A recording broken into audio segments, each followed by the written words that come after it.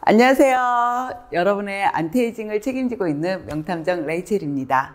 선생님과 직전 영상을 찍을 때 12일 차였는데 벌게지더니 까매지더니 딱지가 하얗게 점점 부풀어 오르는 느낌? 그리고 딱지가 지는 느낌? 그리고 떨어졌어요. 그러더니 저는 색소 침착이 더 진해졌어요. 예, 부위는 더 커지고 더 까매지고 그 후로 바르지 말라 하셔서 안 발랐습니다. 그 와중에 구독자님 한 분께서 맥스필3라는 제품 너무나 쉽게 필리핀에서 구할 수 있는데 하이드로퀴논도 함유가 되어 있는데 멜라논 크림에 들어있는 트리트노인 성분이 0.025% 들어있는 제품이 있다. 이것도 똑같은 효과가 나는데 왜 이 제품만 이렇게 좋아하냐고 남겨주신 글을 보고 저도 생각했죠. 옛날에 7, 8년 전에 중국 화장품 때문에 난리가 난 적이 있었어요. 비손이라는 화장품. 근데 이게 막 벗겨지고 새살이 나고 애기 피부가 된다. 모든 사람들이 막 이렇게 사용하다가 부작용 때문에 정말 바람과 같이 사라진 제품이 있는데 그 부작용으로 인해서 이렇게 손해본 거는 사용자뿐 어떠한 손해배상도 받을 수 없었고 거기에 들어있는 수온 때문에 난리가 났었는데도 그 후로도 찾는 분들이 계시다는 후문도 있었습니다.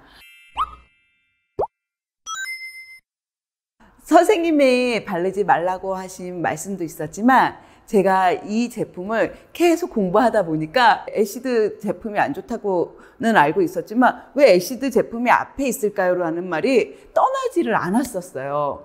이게 애시드 제품이 화학적 박피를 한다는 거를 알게 됐습니다.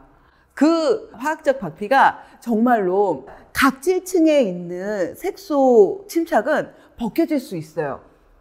주요 성분인 그 산 성분들이 다 그런 역할을 한다라는 거죠. 어드마이어 마이스킨 성분 중에 하이드로퀴논과 그 다음에 살리실산, 코지산, 아젤라산, 락트산, 거기에 비타민C 등등이 들어있는데 여기에서 중요한 게 우리가 관가했던 게 이 산들을 잘 주목을 해야 돼요.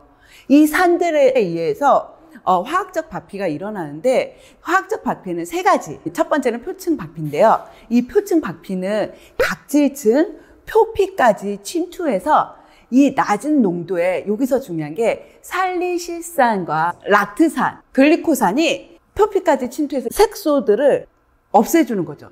두 번째는 중층 박피입니다. 표피에서 진피, 더 아래까지 침투를 해서 이 산들이 이 안에 있는 진피까지 있는 색소들을 떨어뜨려 놓는 건데 선생님께서도 포인트로 잡아주신 게 몇 프로 함량이 나와 있지 않다. 근데 왜 물집들이 생기고 벌게지고 부작용이 날까요? 세 번째는 심층 박피입니다. 진피까지 깊숙한 진피까지 침투하는 거죠. 여기서 생각해야 될 게 이 산의 퍼센트지예요. 이거를 첫 번째 표층 박피는 저희가 집에서도 일반적으로 할 수 있다라는 말씀들이 많이 있어요. 근데 두 번째, 세 번째 박피는 꼭 병원에서 이것도 화학적 박피니까 어느 부분을 어떻게 이 산을 몇 프로 이용을 해서 어떻게 박피를 시켜주냐에 따라서 부작용이 생길 수도 있고 극적인 효과를 볼 수도 있기 때문입니다. 왜냐하면 이 산의 퍼센티지가 너무나 중요한 게 이 표층 박피의 산은 함량이 정해져 있어요. 집에서 자가 박피를 할 수 있는 요 정도는 안전하다라고 시판되어 있는 산들을 살 수 있는 게 있다라는 거죠. 화학 박피는 통제된 화상이기 때문이라 합니다. 그 산의 농도가 중요하다는 거죠.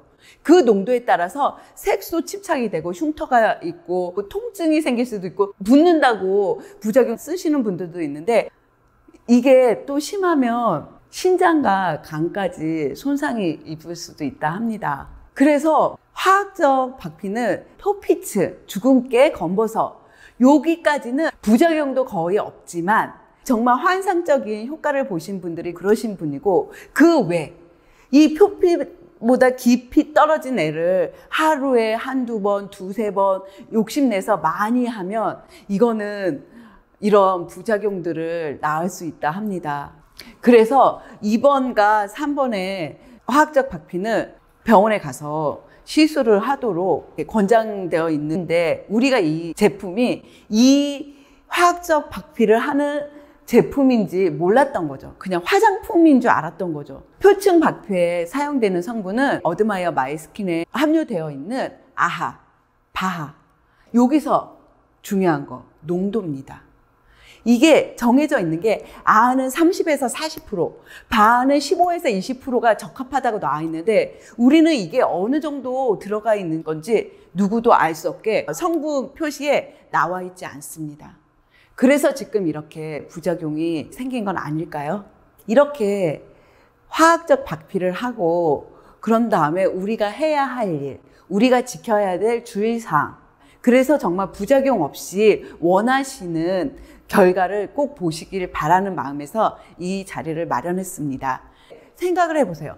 화학적으로 그걸 없앴으면 피부는 너무나 민감한 상태에 있습니다. 그렇기 때문에 계속 보습을 강조한 건 수분의 밸런스를 유지를 해야 하기 때문이죠. 정말 수분을 충분히 공급해 주셔야 합니다. 거기에는 보습제는 저희가 히알루론산 섞어 바르는 방법 제 컨텐츠를 봐주시면 너무나 많은 도움이 되실 거예요. 이게 제거되어 있는 상태에서 또 정말 강하게 아하나 바하가 들어있는 화장품, 그리고 레티노이드, 트레티노인, 스티바인, 이것들을 절대 발라주시면 안 돼요. 그리고 자외선 차단제. 선생님께서도 누누이 말씀하셨죠.